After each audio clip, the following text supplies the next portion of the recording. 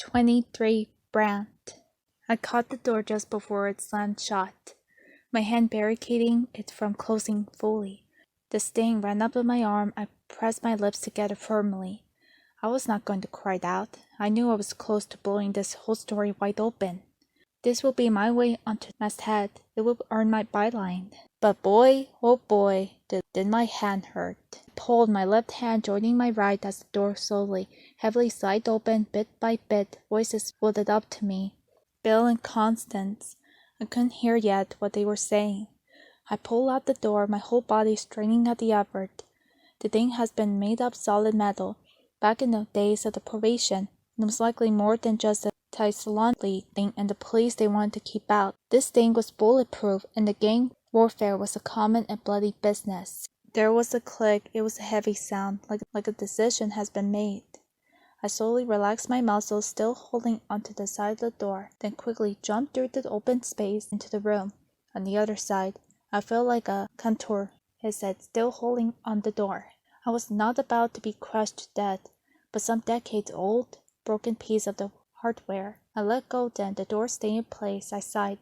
I looked under my right hand. There was a deep gush running down the middle of my palm, where I was grabbed onto the serrated sizes. I flexed out my weight slightly. The sting was impressive. It relayed my whole body. I thought about the cartoons I read in the books, making blood veins and sliding their palms to do so. I find it absurd. What of all places to cut yourself woundly? The palm? Really? The voices were growing quieter, and I realized I was losing track of Bill and Constance. I looked around the small gray cement room. It was completely empty. It was a jail cell.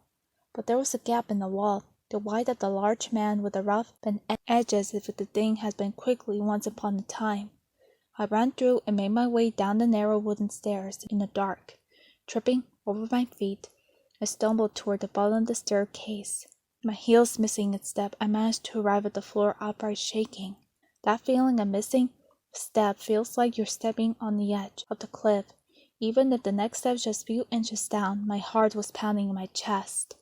"You're Brant, right?" said Constance, and I looked up. She and Bill were standing in the distance beside the giant machine. It took up the other side of the room and almost touched the ceiling. It was square, some curved spikes leaning out and back in it again. There was an opening to one side. The inside looked painted black. The whole thing looked relaxedly new. The metal gleamed. There was no sign of rust, but dark black stains followed the path of the seams. I couldn't tell where I stood. It was some kind of mold, possibly. "Brant, old chump."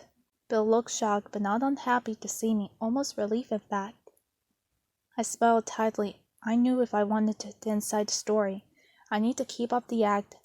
But being called old chump just felt conceding. "Hey, Bill, sorry for the intrusion, pal." I laughed a bit. It wasn't like I stumbled into the office or anything. Here we are, in underbelly of Atlantic City, somewhere we have no right to be.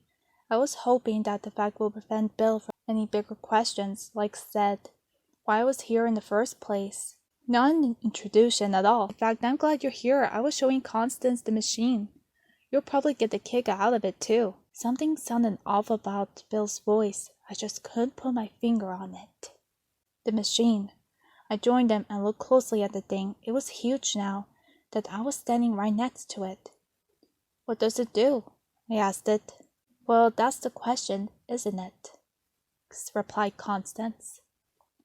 "Something super secret, eventually. I'm not even supposed to know it's here," replied Bill. "How do you find it?" I slowly started to walk around the machine, examining it closely from every angle. I revved a large opening on one side, peered into it. The black void stared back. "I've been working with the contractors." I already knew this, of course. I've been spying on him for weeks. But I turned to look at Bill and raised my eyebrows like it was a pleasant surprise. Then I looked back inside the machine. This time, reaching up and touching the blackness. A thick black residue covered my fingertips. There was a sudden bang. I jumped. My heart was racing fast from the shock, but instantly I felt ashamed for being such a coward. I turned to smile at the others. Even I dried my sweaty palms on my trousers. "What was that?" asked Bill. "It sounded like it came over there." Constance was pointing toward the large, white, rusted metal box, almost the weight of the room, standing beside the sinks. A thick chain was wrapped around its metal like a belt. "Looks like an old icebox," said Bill, approaching it. I stayed where I was and watched the two of them examine the box for a moment. I turned back to the machine, to the black void. I stared at it hard. Happened coincidence that the loud noise happened when I touched the inside. I swallowed hard, but it wasn't fear anymore. It was overwhelming excitement. I was so close to my story, to the truth. I felt elated. "It got a lock," said Constance. "Looks new," Bill added just as I reached up inside the machine again. I felt this draw. I need to touch the blackness once more, just to see, just to try. My finger grazed the inside. Bang! Constance screamed. I whipped around. "Are you okay?" I asked it, but I wasn't worried. I was excited. There was some kind of correlation. There has to be. "There's something in there, she said, not turning to look at me. "There was something someone is keeping in there. There was something someone is keeping in there." She glazed over Bill, who looked like white as a sheet. "Then we need to know what it is, obviously," I thought to myself. I marched over to the icebox. "Okay then, let's see." I examined the chain and the lock. No rust. Definitely new. This was it. This was the story. Right there. Right here.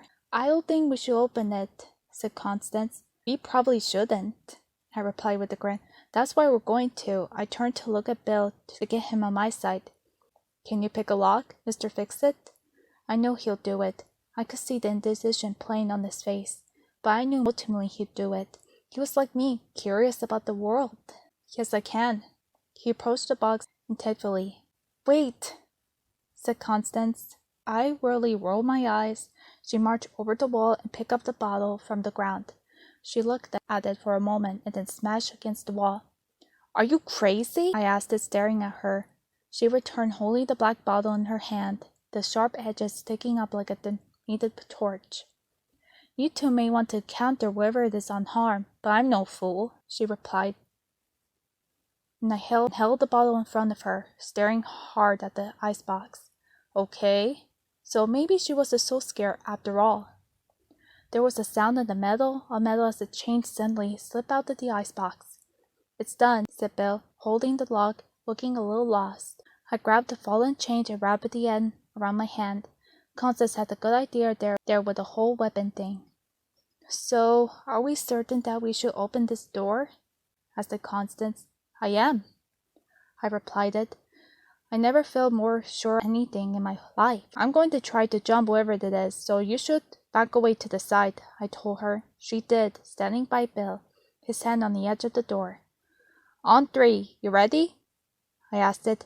"That's a complicated question," replied Bill. I didn't have time for his cultivated way of talking. 1, 2, 3.